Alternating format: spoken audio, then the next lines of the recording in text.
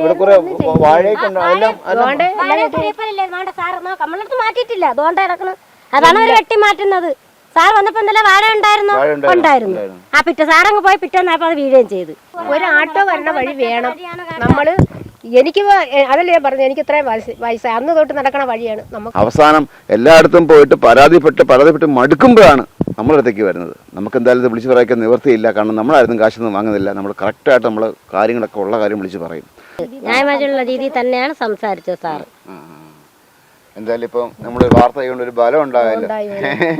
നമസ്കാരം, ഇത് ആറ്റിങ്ങൽ പൈനീർ കോണമാണ്. ഞങ്ങൾ 2 ദിവസം മുന്നേ വാർത്ത ചെയ്തായിരുന്നു. കാരണം ഭൂമാഫിയ എന്നിട്ട് കുന്നിടിക്കുന്നു. ഈ നിലമൊക്കെ ആര് പറഞ്ഞിട്ടാണെന്ന് എനിക്ക് അറിഞ്ഞുകൂടാ. അതെല്ലാം ഇടിച്ചുകൊണ്ട് മണ്ണെല്ലാം കൊണ്ടുപോയി ഒരു അമ്മയുടെ വീട് ഇങ്ങനെ ഇടിഞ്ഞ് താഴ്ന്ന സമയത്ത് ഞങ്ങൾ വാർത്ത ചെയ്തായിരുന്നു. ആ വാർത്ത ഒരുപാട് പേര് കണ്ടു. ഇപ്പം ഇതാ നമ്മുടെ വാർത്തയുടെ ഫലമായിട്ട് അവർ കെട്ടിക്കൊടുക്കാമെന്ന് പറഞ്ഞു അല്ലേ? കെട്ടി തുടങ്ങിയല്ലേ അവര്? കെട്ടി തുടങ്ങി. ഇല്ലെങ്കിൽ നമ്മൾ വന്നപ്പോഴത്തേക്ക് ആ വാഴയെല്ലാം താഴെ പോയി. താഴെ പോയി. പിന്നെ ഇന്നലെ ആ പയ്യൻ വിളിച്ചിട്ട് പറഞ്ഞു, ചേട്ടാ വാഴയെല്ലാം താഴെ പോയെന്ന് പറഞ്ഞായിരുന്നു എൻ്റെ അടുത്ത്. ചേട്ടാ ഇത് ആരാണ് നിങ്ങൾക്ക്?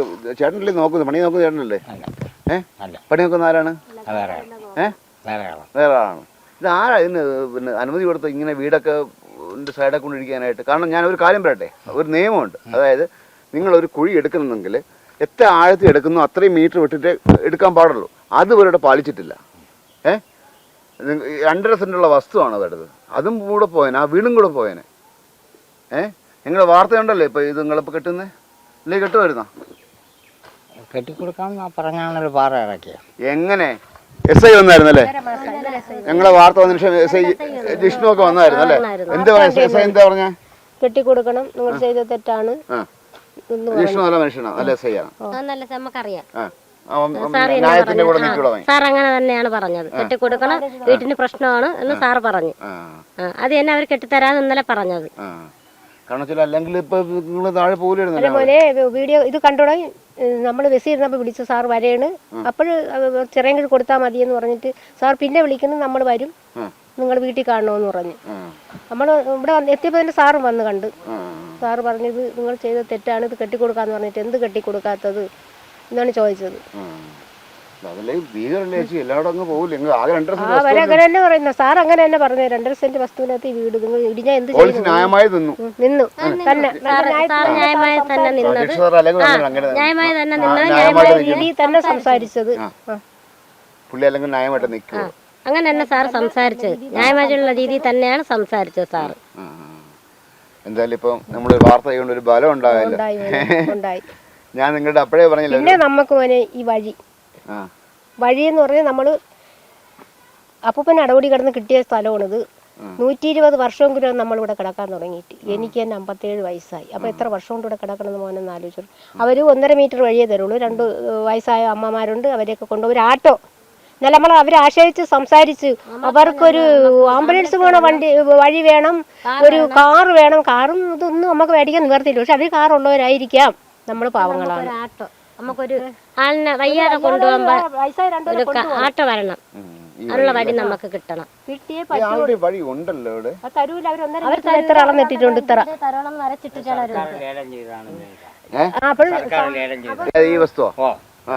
സർക്കാർ ലേലം ചെയ്തേ കൊടുത്തിട്ട് 1 ഏക്കർ 46 സെന്റ് അയാൾക്ക് അളന്നു ഇത് ലേലത്തിൽ കൊടുത്തു. അളന്നു നോക്കപ്പോ 99 സെന്റേ ഉള്ളൂ. ബാക്കി അയാളും സർക്കാരിന് പണം അടച്ചാണ്. അല്ല, നാട്ടുകാരാ സർക്കാരല്ലേ നോക്കേണ്ടത്? പിന്നെ എന്തായാലും ഇവിടെ ഇപ്പം അങ്ങനെ ഒരു സംഭവം ഉണ്ടെങ്കിൽ ഇവർക്കൊരു വണ്ടിയുള്ള വഴി വേണം. അത് സർക്കാർ അത് കൊടുക്കാമെന്ന് പറഞ്ഞല്ലോ. അപ്പൊ ഇതിന്റെ കൂടെ 1 മീറ്റർ കൊടുക്കാമെന്ന് ഞാൻ പറയാനില്ല, 1.5 മീറ്റർ ഞാൻ കൊടുക്കാം. ഒരു ആട്ടോ വരണ വഴി വേണം. നമ്മള് എനിക്ക് അതല്ലേ ഞാൻ പറഞ്ഞു, എനിക്ക് ഇത്രയും വയസ്സായി അന്ന് തൊട്ട് നടക്കണ വഴിയാണ്. നമുക്ക് മേടിച്ചപ്പോൾ അവർ വേണം 4 കൂട്ടുകാർ ഇവിടെ കരുതലും താമസിക്കുന്നുണ്ട്. വഴി വേണമെന്ന് അവരാലോചിക്കണമായിരുന്നു. വേണ്ടായിരുന്നു മോനെ? വേണമായിരുന്നു. അതാണ് ഞാനിപ്പോ നമുക്ക് വഴി വേണം, തന്നെ പറ്റും. ഒരു ആട്ടോ വഴി കിട്ടിയാൽ നമുക്ക് പറ്റുള്ളൂ. അവര് വെട്ടാൻ സമ്മതിക്കുക. അതാണ് നമ്മൾ സാധനം എടുത്ത് മാറ്റി കൊടുക്കാത്ത. അതിനവർ സ്റ്റേ വാങ്ങിച്ചിട്ടല്ലോ നമ്മള്. ഇത് മാറ്റി അവർ കൊണ്ടുവന്നു. 90 ഏക്കറൊക്കെ വാങ്ങിക്കുന്ന അല്ലെങ്കിൽ ഇത്രയും സ്ഥലം വാങ്ങുന്ന ആൾക്കാർക്ക് ഇവർക്കൊരു വഴി കൊടുക്കാൻ പറ്റില്ല ചേട്ടാ. നിങ്ങൾ ഒരാള് കൊടുക്കൂലെന്ന് പറഞ്ഞാ ഒരാൾ വില വാങ്ങിച്ചാലേ അതെ, ഒന്നാമത്തെ പ്രശ്നം എന്റെ പൊന്നുമോനെ ദാ ഈ കിടക്കുന്ന സാധനമാണ്. നമ്മൾ ജാതി കുറഞ്ഞവരെ നമ്മൾ ഇവിടുന്ന് വിറ്റ് പോണം. ജീവിക്കാൻ സമ്മതിക്കാത്തതാ ഇവര്. എല്ലാ വീട്ടുകാരും വേറെ ഒരു മനുഷ്യർക്കും ഒരു ഞാൻ 8 വർഷമുണ്ട് പ്രശ്നമാണത്. ചെയ്യേണ്ട സർക്കാർ സംവിധാനങ്ങളാണ്, അല്ലാതെ ഒരു വീട്ടുകാരല്ല ചെയ്യേണ്ടത്. പ്രശ്നമാണ് നമുക്ക് സത്യമാണ്. നിങ്ങൾക്ക് ഒരു മെമ്പർ ഉണ്ട്, ഒരു MLA ഉണ്ട്, ഒരു MP ഉണ്ട്, എല്ലാരും കണക്കാണ്. അല്ല അവരെ സമീപിക്കുക, അല്ലാതെ ഒരു വീട്ടുകാരെ കുറ്റപ്പെടുത്താൻ പാടില്ല. എനിക്ക് അവരെ പരിചയമൊന്നുമില്ല.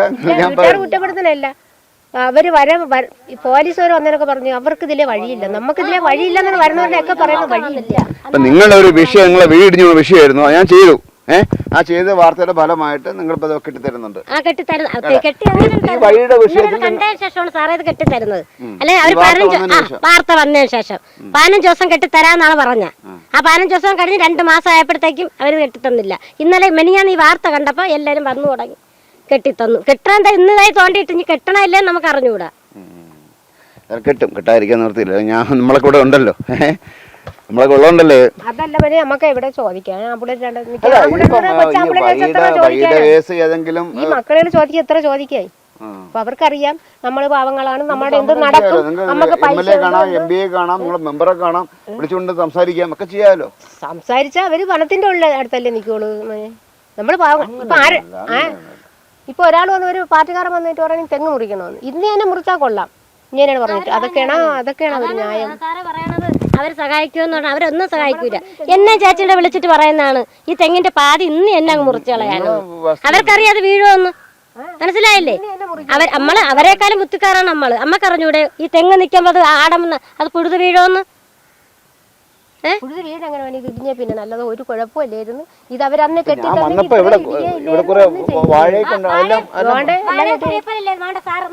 മാറ്റിയിട്ടില്ല, അതുകൊണ്ട് കിടക്കണം. അതാണ് അവര് വെട്ടി മാറ്റുന്നത്. സാർ വന്നപ്പോ എന്തെല്ലാം വാഴ ഉണ്ടായിരുന്നു. ആ പിറ്റേ സാറങ്ങ് പോയി പിറ്റേന്നായപ്പോ അത് വീഴുകയും ചെയ്തു. നമുക്ക് അവരുടെ വൈരാഗ്യമൊന്നുമില്ല. അവര് ന്യായമായി. ഞാനൊരു കാര്യം ഞാൻ പറയാൻ ഉദ്ദേശിക്കുന്നു. കാരണം ഇതിന് അനുമതി കൊടുത്തത് ജിയോളജി വകുപ്പാണ്. ജിയോളജി വകുപ്പ് എന്ത് കണ്ടിട്ടാണ് അനുമതി കൊടുത്തെങ്കിൽ മനസ്സിലാവുന്നില്ല. കാരണം വെച്ചാൽ നിങ്ങളത് കണ്ടാൽ മനസ്സിലാവും. ആ കുന്നും ആ മലയും ഒക്കെ ഇടിച്ച് മണ്ണെടുത്തുകൊണ്ടിരിക്കുകയാണ്. ഒരു പ്രകൃതിയുടെ സന്തുലിതാവസ്ഥ കളഞ്ഞുകൊണ്ടിരിക്കുകയാണ്. ചോദിക്കാൻ പറയാനോട് ആരുമില്ല. ഞങ്ങളുടെ മാധ്യമങ്ങൾ മാത്രമേ ഉള്ളൂ എന്ന് എനിക്ക് സംശയമുണ്ട്. കാരണം ഒരു ഭരണ സംവിധാനങ്ങളും ഇത് ക്വസ്റ്റ്യൻ ചെയ്യാനോ അനുമതി കൊടുക്കുകയാണ്. പോയി ഇടിക്കുക, പോയി കൊണ്ടുപോകും എന്ന് പറയുകയാണ്. ഇത്രയേ 50,000, 1 ലക്ഷം, 2 ലക്ഷം, 3 ലക്ഷം, 5 ലക്ഷം ഒക്കെ വാങ്ങിച്ചിട്ടാണ് ഈ കൊടുക്കുന്ന അനുമതിയൊക്കെ. എന്നിട്ടാണ് ഈ ഒരു അവസ്ഥയിലേക്ക് കൊണ്ടുപോകുന്നത്, നാട്ടുകാർ കഷ്ടപ്പെടുന്നത്.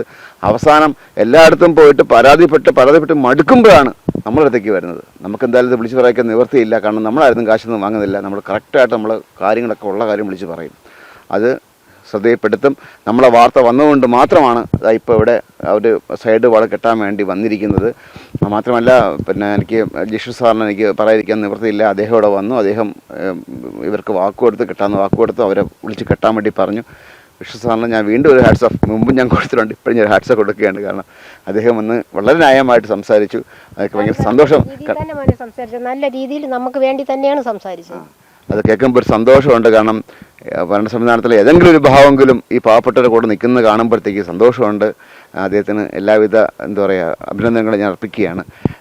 അദ്ദേഹത്തിന് മാത്രമല്ല, അദ്ദേഹത്തിന് കൂടെ ഉണ്ട് ആരായിരുന്നാലും. കാരണം ഈ പാവപ്പെട്ടവർക്ക് വേണ്ടി സംസാരിച്ചല്ലോ എന്നുള്ളൊരു സംഭവം തന്നെ എനിക്ക് വളരെ സന്തോഷം നൽകുന്ന കാര്യമാണ്. ബിസിനസ്സിന് വേണ്ടി ക്യാമറോൺ അരുൺ സാറിനൊപ്പം ശ്രീത് മൈലാർ സൈനിക.